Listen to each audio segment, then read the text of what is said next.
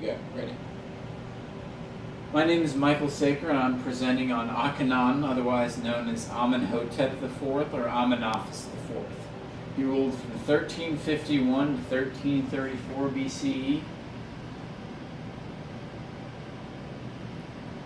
So the first slide is about Akhenaten's childhood and his father, Amenaphis III.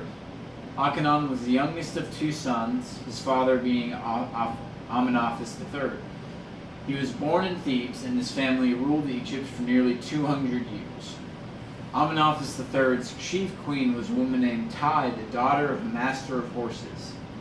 And the way that families worked in ancient Egypt, at least royal families, was that a pharaoh would have multiple wives, and he would have one chief queen.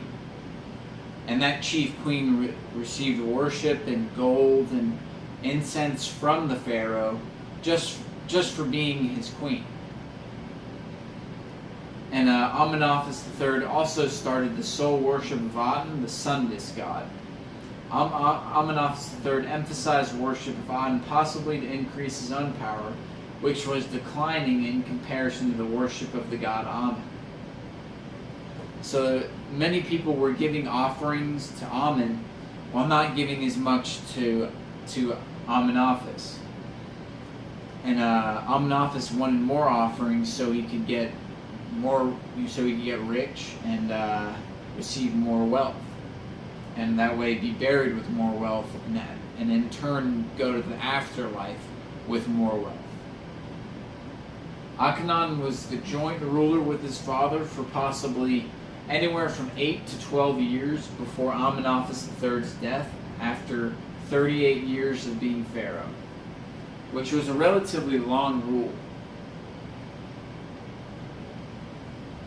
This next slide is about Egyptian gods, and there were hundreds, if not thousands, of Egyptian gods, and mostly because pharaohs, as soon as they died, they became gods. And the main ones we're going to talk about are Amen, Aten, Ra, and Amen-Ra. Amen was a primary deity of Egypt and had been since the 12th dynasty, which I have here, that is from 1938 BC to 1759 BC. Aten emerged in the 18th dynasty, which, keep in mind, was a little later than Amen, and was the god of the sun disk. He was often displayed as a person with a hawk head or a sun disk with outstretched arms, welcoming the people of Egypt to worship him. Ra was the main sun god and the sole most powerful deity in Egypt, and was often associated with other gods.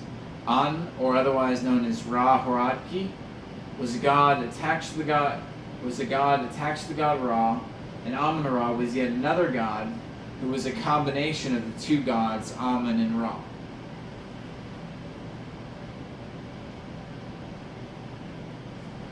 These next couple slides are over the religion of light. The religion of light worshipped Aten, the sun disk similarly associated with Ra. This religion was started by Amenaphis, and it was kept going by Akhenaten. And another name for Aten was Ra-Horatki. And the religion of light not only worshipped Aten, but also Akhenaten, as well as his father Amenaphis. They worshipped them as the sons of Aten, who was the one true God. The people of Egypt were to worship Akhenaten, and Akhenaten was to worship Aten. Akhenaten was the sole mediator between the people and the divine god Aten. Ra was also included in the worship, as he was not only the son of Aten, but of Ra as well. So Akhenaten was not only the son of Aten, but of Aten and Ra. And Aten was seen as the creator of life, and he was seen as the only god that they should worship. That's the way that Akhenaten looked at it.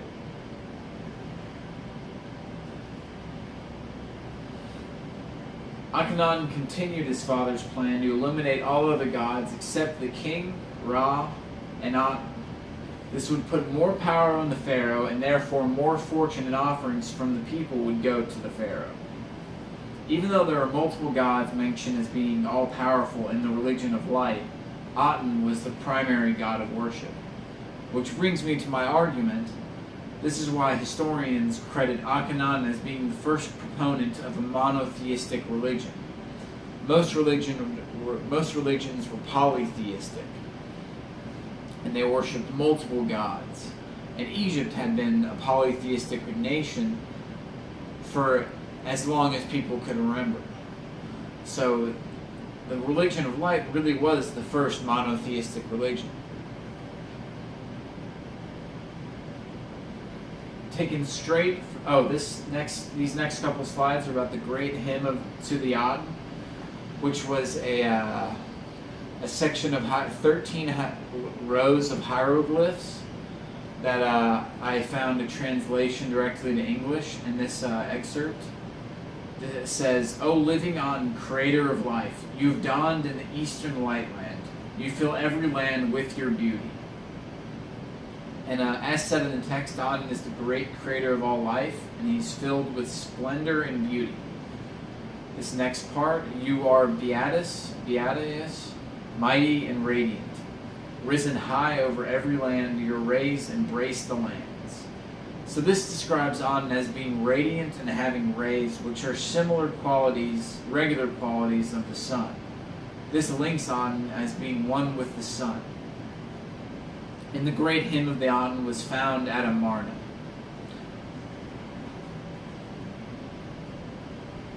And here are some pictures of, here is the 13 rows of the great hymn to the Aten, which describe Aten in detail. And here we have a relief of Akhenaten and his family, his wife, and his children, which was very peculiar of that time because most pharaohs would display themselves they would have a relief of a slave presenting a gift to the pharaoh, or the people presenting gifts to the pharaoh, not the pharaoh with his family, because it almost sections him and his family away from the people. It separates them and makes them almost seem as if they're not equal. Which Akhenaten, he viewed himself as God before he died, and as I said, all pharaohs, once they died, became gods. But Akhenaten wanted this transition to happen before he died, and I believe that's the reason why many people didn't really like Aten and the religion of light, because he almost forced them to worship him.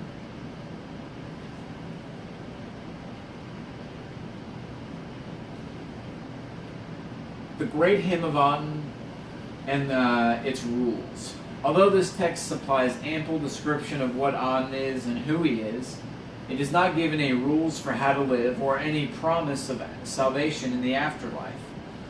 So in Christianity, this is attained through the Ten Commandments when Moses went to Mount Sinai, and as earlier with the covenant to Abraham. These commandments were meant to be rules for how to treat God and how to treat others. So God gave them almost an outline of how to live, how to treat each other, and he made sure that they knew that once they died, they would go to heaven, hell, or purgatory. And everyone in the Judaism faith at that time knew that. In the past Egyptian religions, the afterlife is a very important aspect of religion and is possibly the most sought-after religious prize in the Egyptians' eyes. So the afterlife was a very important ritual for the Egyptians. Everything in their life was centered around it. The burials, huge pyramids were built to honor the burials of certain pharaohs. And this is why burial tombs often have valuable earthly possessions as well as a mummified corpse.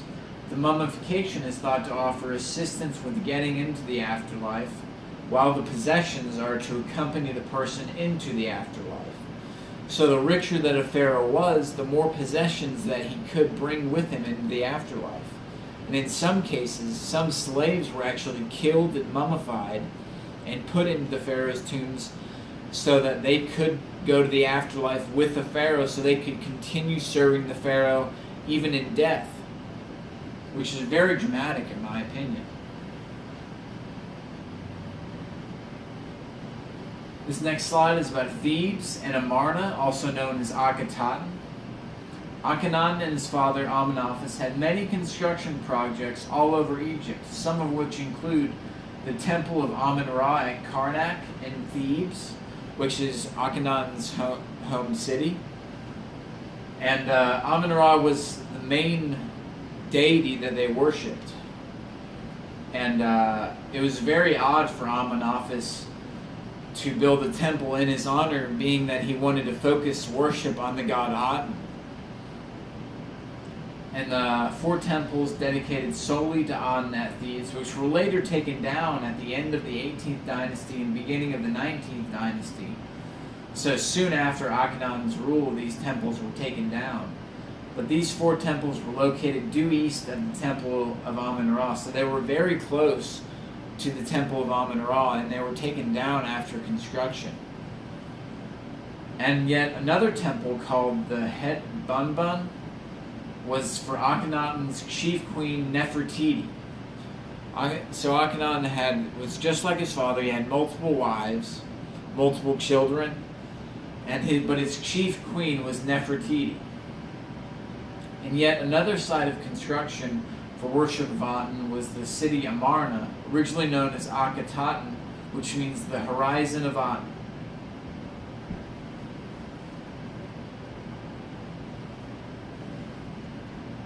Akhenaten died after 17 years of ruling. He died, there are 2 speculated dates. He died either in 1336 BC or 1334 BC, which was much shorter than his father's rule.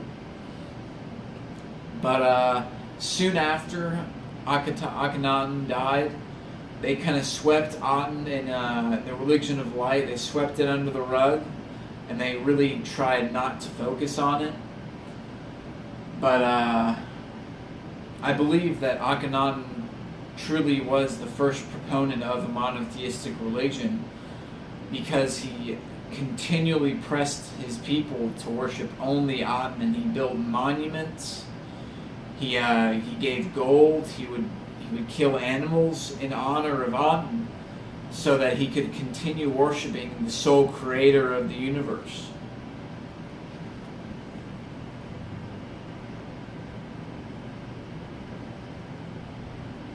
And here's my bibliography, which includes Akhenaten, the Religion of Light, Akhenaten, Colossi of Karnak, Akhenaten and Tutankhamun, Revolution and Restoration, Akhenaten's Egypt, Akhenaten, Egypt's False Prophet, Akhenaten, King of Egypt, and Ancient Egypt, Great Hymn to the Aten.